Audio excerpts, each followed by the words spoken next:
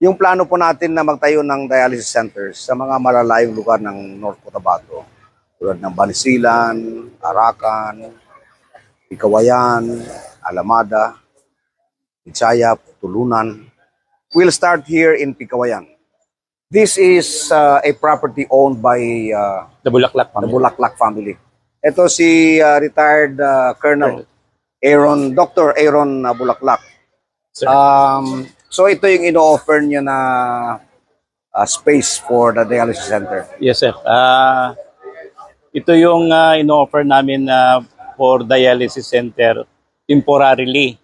Pero sir, nag-donate pa yung brother ko ng 500 square doon Meters. para Patayan 500 ng squares para tayuan talaga ng dialysis center. Okay, good. So initially, para lang makapag-umpisa tayo, Yes, sir. pwede mo bang ipakita sa akin, Dok, kung gaano kalaki itong spasyo na ito? Sama natin si Boyet Matulak, dating barangay chairman ng barangay na ito, Poblacion 3. Ito pong bahay na ito, nandito sa Poblacion 3 ng Pikawayan. At ang dating mayor ng Pikawayan, si Mayor John Dino Roquero. So, titignan po natin yung loob ng building na ito. Okay?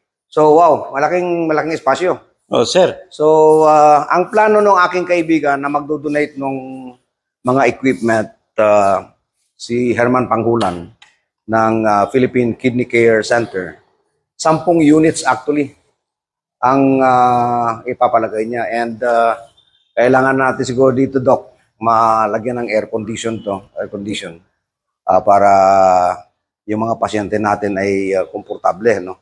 So, malaking lugar pala ito. Yes, sir. Enough to sa 10 dialysis machine. Wow. Yes, sir. Okay, kompleto. May CR, may Yes, ano. sir. So, mga kaibigan, things are taking shape, no? Hopefully by late this year or maybe by January next year, Pikawayan will have its first dialysis center that will serve the patients of this town. Hindi nila kailangan pumunta pa ng Cotabato City, Kidapawan City, or Mitsayap para pumila.